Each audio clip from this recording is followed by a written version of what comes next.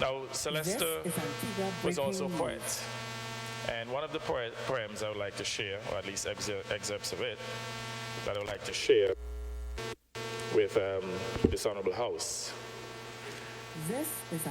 is a poem that he wrote. He wrote A Bird's Eye View, Contemplations in Poetry, and the piece is entitled Enduring Pain, and it's addressed to his mother, the late Lady Lydia Bird, although he refers to her only as mother. And it reads as follows. How much pain and loneliness have you suffered throughout your life? How deep the wounds from early strife, as you sojourn from land to land, bestowing love and affection in endearing dollops, and always extending a noble hand. We marveled at your strength and fortitude, when late at night, in lonely solitude, you sent your husband into the night while you kept his brood. And he with passion, great, and awesome zeal, joined others brave to march upon the battlefield, to crystallize our people's hope for freedom and democracy. Mother dear, if I do not weep today, please forgive me. For it is the inherited strength I got from you that life bestows upon us. A destiny that comes from God, and we shall prevail. You married not some rich potentate, you married not some societal male, but rather a man and a son from Beaver Street. This piece explains in part why Celeste Browne Bird chose not to be buried at the National Heroes Park, to which his greatness entitles him. This poem explains, not in precise language, why he chose instead to be laid to rest next to his mother in the public cemetery. Celeste reveals the very high regard and love which he feels for his mother and of his determination to join her. For I know with certainty, and quoting him again, for I know with certainty that God waits to welcome you home. May you rest in peace, end of quote. He ends the poem knowing that his mother will indeed pass into glory when Judgment Day arrives. Most men in our Caribbean civilization have a deep abiding love for their mothers, which is imbued at a very early age. As you know, a boy will always allow you to speak ill about his father, but never about his mother without consequences. In the first chapter of The Comeback Kid, an autobiography of Celeste Browne Bird, Celeste spends considerable portions in praise of his mother. He said of his mother on page 22, and again I quote, "She was smart, and her certainty about the life she wanted for her children and herself was always apparent to me. I know from her words that she yearned for a better material existence for us. She was focused on her nuclear family, and I know she loved us dearly. She told us often, I recall, I asked Mother as a youth how she came up with our names. She said that my brothers and I were named after sons of high achievers in England and the USA. Looking back now, I can see how my life took the path that it did. The pursuit of excellence was expected in the Vere and Lydia Bird household from birth. It was our creed." End of quote.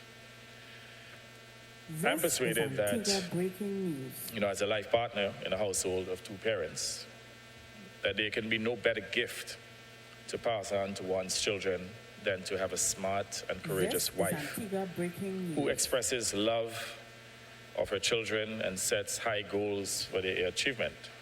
And clearly, Celeste credits his mother for pressing and cajoling his father. For cajoling, and his father, he records, provided a living example of success. So here's a situation in which the mom anchored the home, taking care of her brood, making sure she inspired them to greatness. So evidently, Lady Lydia Bird would have made a significant contribution in the upbringing and even in the resilience of Celeste. As he said, she was very resilient. And when you look at his book entitled The Comeback Kid, it's really about resilience. In that book, he would have captured a number of challenges that he was faced with, even political defeat, when he was defeated in 2004 by the then Minister, Honorable Errol Court. He made a determination that he would come back by the following election in 2009 and defeat him. And he did defeat him. So it shows that, you know, he was a resilient man who evidently was able to recover from difficulties. And that is certainly one of the qualities that we should all emulate as leaders in this country, especially the younger members of this honorable house, to spring from defeat. I know too that in 2005, when I challenged him for the leadership of the party and he defeated me, it would have helped to energize him, because back in 2004, when the Labour Party was defeated on his leadership, at that time, I know he was deflated. I mean, obviously, all of the lies, all of the innuendos and so on that they would have utilized to demonize him, it weighed down on him. And he didn't have the fight in 2004. But that challenge in 2005 helped to energize him, helped to energize the Labour Party to the extent that he came back in 2009 and defeated his political opponent and then styled himself the comeback kid. It's a great message for all of us, a message of resilience, not to give up whenever there are challenges. And at this time, we are faced with perhaps the most significant challenge that this country has ever seen. And it is important for us to exercise that level of resilience in all aspects of our development. Celeste's contributions were numerous. His achievements were numerous.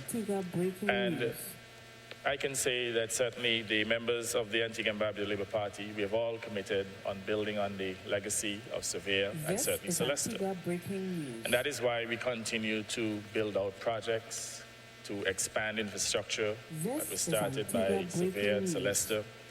You look at Heritage Key, for example, that's one of the major projects that Celeste engineered and completed. Happened under the leadership of Surveyor, but with Celeste as a dynamo. Then subsequently, there was the Nevis Street Pier, which happened under the leadership of Celeste. And the person who actually was a dynamo for that project is the honorable member for St. Mary's North.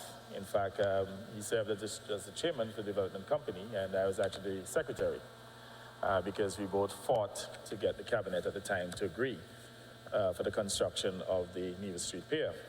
And you will see subsequently that despite the challenges of COVID, that our administration had the tenacity to complete the 5th berth, which is now the largest birthing facility on Ireland. So you can see a continuum in which we have built on the successes, the contributions of Surveyor and Celeste. And they would expect nothing less. Even the Deepwater Harbor, the cargo port, we are building a facility now that is bigger and better than the one that was started by Surveyor. And that is how countries advance, by subsequent generations building on the developmental gains that previous generations would have achieved. And again, we hope that that will be a lesson for all of us. Now, I know too that, you know, when we made Celeste a national hero, there are many self-righteous individuals with their sanctimonious talk. But I just want to remind them that whenever we confer honors on individuals, we are honoring their contributions and their achievements. I mean, it's not about, you know, being pure, or it's not about purity, it's not about sanctity or sacredness. I mean, all of us working towards achieving those values for the afterlife. But in terms of operating at that level of sacredness, sanctity, purity, it will only happen in the afterlife. We have to understand that we all have our human frailties, and not for us to use whatever frailties you know, individuals may have, public officials may have, to undermine their contributions or to deny them of much needed honor or much deserved honor. In fact, I was very pleased, you know, when I first read the book, The Comeback Kid, that Celeste, in his own words, would have said that he was happy to be alive to receive the honor of National Hero from the nation, in which thousands of individuals gathered at Sir Frederick Richards Stadium to celebrate the appointment. And luckily, it happened before COVID, so he would have literally gotten that type of response in which thousands of people went out to celebrate that achievement. So again, we should be happy to give individuals, their just due, their honors when you're alive. Other than that, we will now be speaking about what could we do for Sylvester. We gave him his flowers while he was alive. Even the renaming of Mount St. John, that was also a most appropriate honor, because he's the one who toiled tirelessly to make Mount St. John a reality. And it is one of the most significant contributions, if not the most significant contribution towards the development of healthcare services here in Antigua and Barbuda. And again, following on the lead of Sylvester, you can see where my administration would have gone the extra mile to make university education available to the people of Antigua and Barbuda by establishing the 4th landed campus of UWI. And I'm emphasizing for all of us, for us to understand that notwithstanding our differences, we must utilize the contributions and the achievements of these great leaders in order to fuel greater achievements, so that we can pursue over, let's say, more robust advancement and development of our people. Sylvester prided himself, his late father, and Eva administration of assisting in the elimination of poverty, putting people back to work. And that is literally one of the major objectives of the Labour Party, to make sure that we keep unemployment down to a minimum. So these are lessons that we have learned from Sylvester and his late father, Sevier, as well, who clearly would have made the most significant contribution towards the advancement of this country. And again, you'd recognize that having achieved the goals which he set for himself in the 8 decades of his life, or since 1938, Sylvester recognized that personal history, even of leaders' lives, can be forgotten or remain unknown, and that his life may turn out to inform none but those who knew him in person. There's one funeral dirge which captures the essence of this understanding in the second stanza. It says, "Time like an ever-rolling stream bears all its sons away. They fly forgotten as a dream dies at the opening of day." National heroes cemeteries around the world are established in order for outstanding sons and daughters never to fly forgotten as dream dies. Sylvester declined that tried and tested attempt to be remembered, seeking instead to demonstrate a greater love for his mother than for his place in history. Maybe his autobiography will achieve that remembering. Maybe a monument in the Heroes Cemetery may allow that remembering to take place. But clearly, Sylvester thought it more important to show the love for his mother than to plant himself in the historic consciousness of the Antigua and Barbuda nation. That is a very powerful message that many males in Antigua and Barbuda can embrace during their lifetime. The importance of mother and of marriage, even in dying, he speaks. Now, I want to speak briefly about the institutions that allowed time.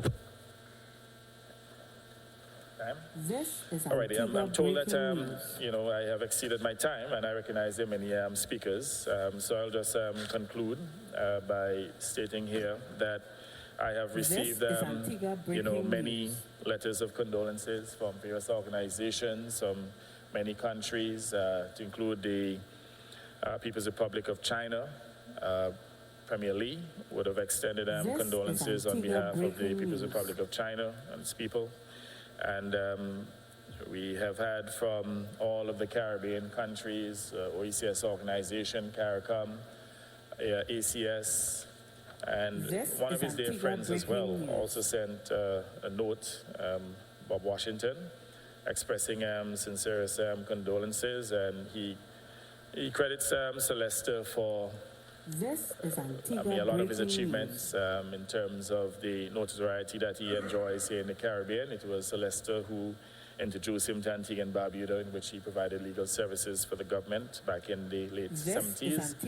And Celeste also provided the economic environment for him to establish the Antigua Lotto here, which is now the Caribbean Lotto. So he, among many others, would have sent the official letters of condolences.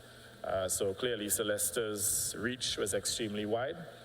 And, you know, he'll be greatly missed. And I just want to take the opportunity in closing to express sincerest condolences to Lady Patricia Bird, Rika, Daniel, and all of the other children of Celeste, all of the family members, even those who cared for him. I see Tony is here in the audience, and everyone who contributed to clearly a life well lived. And I close by saying to Celeste, well done. Thank you.